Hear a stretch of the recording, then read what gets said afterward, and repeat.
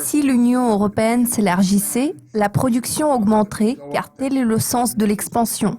Les recettes du gouvernement augmenteraient également, en parallèle avec la hausse des revenus des gens, car lorsque les revenus augmentent, les gens payent plus d'impôts. Ainsi, le déficit pourrait disparaître.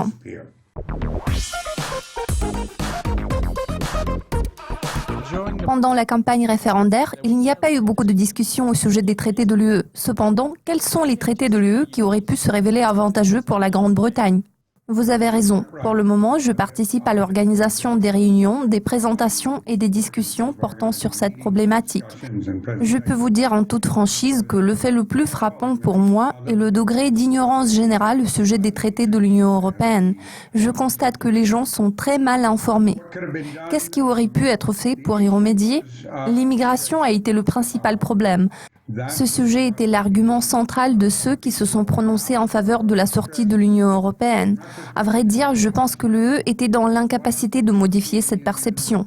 En revanche, les adeptes de la campagne en faveur du maintien du pays dans l'UE faisaient le point sur les gains résultant de l'immigration.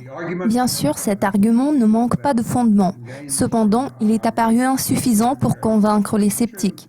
À mon avis, si à cette époque-là, il y avait eu des changements majeurs sur le plan de la limitation de la libre circulation des personnes, l'issue du scrutin aurait pu être différente. Cependant, l'initiation des changements de moindre importance par Bruxelles n'aurait pas suffi à persuader les gens. Ainsi, les gens savent très peu de choses sur les traités de l'Union européenne. Which might have been possible coming out of Brussels, but it made no difference whatsoever. Par conséquent, c'est avant tout l'attitude envers l'immigration qui a déterminé la position adoptée par le peuple britannique lors du référendum sur la sortie du Royaume-Uni de l'Union européenne. Je crois que rien n'aurait pu être fait pour que les gens changent d'avis. La question des dispositions des traités de l'UE n'a été que très rarement évoquée lors du récent sommet européen à Bratislava. Comment l'Union européenne pourrait-elle modifier les traités existants ? Vous avez absolument raison. Le sommet de Bratislava a été une véritable comédie. Personne n'a abordé le sujet de la crise existentielle affrontée actuellement par l'UE. En revanche, les participants au sommet se sont contentés d'échanger quelques phrases les uns avec les autres qui voulaient dire « Vous voyez, la situation n'est pas aussi mauvaise qu'on le craignait, n'est-ce pas ?» Pour ce qui est de la nécessité de changer les règles, c'est assez délicat. Il est nécessaire d'apporter des modifications importantes aux traités existants, qu'il s'agisse du traité de Maastricht, du traité de Lisbonne ou bien du traité sur la stabilité, la coordination et la gouvernance. Or into the new treaty called Treaty on Stability, Coordination and Governance. Il convient de noter que l'accord unanime de tous les gouvernements est requis pour apporter des amendements au traité de l'Union européenne, ce qui est difficilement réalisable. Comme nous l'avons vu par le passé, de nouveaux traités ont tendance à s'empiler les uns par-dessus les autres. Que pourrait-on ajouter à ces nouveaux traités ? Je pense qu'il est nécessaire d'établir un ensemble de règles fiscales plus rationnelles. Je trouve que les règles actuelles ne sont pas du tout fonctionnelles. Il est également nécessaire de modifier le mandat de la Banque centrale européenne. Ce sont les principaux changements que je considère comme étant nécessaires à l'heure actuelle. Quelles sont les réformes qui pourraient être mises en œuvre afin de lutter contre le déficit du secteur public et pour garantir la survie de la zone euro ?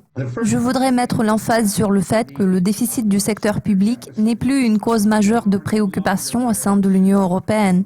Il convient de noter qu'aujourd'hui, aucun pays européen en déficit ne menace plus la stabilité économique de l'Union. À mon avis, le seul changement nécessaire concerne les règles. Je trouve qu'il est indispensable de les modifier de manière que les déficits ne soient plus considérés comme étant un problème, mais plutôt comme la conséquence directe des récessions et des périodes de dépression économique. La résolution de ce genre de problème passe par l'adoption des politiques anticycliques. En l'occurrence, si l'Union européenne s'élargissait, la production augmenterait, car tel est le sens de l'expansion. Les recettes du gouvernement augmenteraient également, en parallèle avec la hausse des revenus des gens, car lorsque les revenus augmentent, les gens payent plus d'impôts. Ainsi, le déficit pourrait disparaître au fil des années. La situation à laquelle nous sommes confrontés aujourd'hui est telle que, s'il existe un déficit, il est nécessaire de réduire les dépenses publiques parallèlement à une hausse des impôts. En réalité, ce genre de mesures risque d'aggraver la situation davantage au lieu de revigorer la croissance. Ces mesures sont appelées des politiques procycliques. Ce n'est pas ce dont nous avons besoin à l'heure actuelle. En revanche, il est nécessaire de modifier le concept de base, c'est-à-dire le rôle fondamental de la politique fiscale au sein de l'Union européenne. John Weeks, merci de nous avoir rejoints depuis Londres. Merci de m'avoir reçu. Merci de votre attention. N'hésitez pas à nous faire part de vos idées au sujet des traités de l'UE en laissant vos commentaires sur notre site. À la prochaine.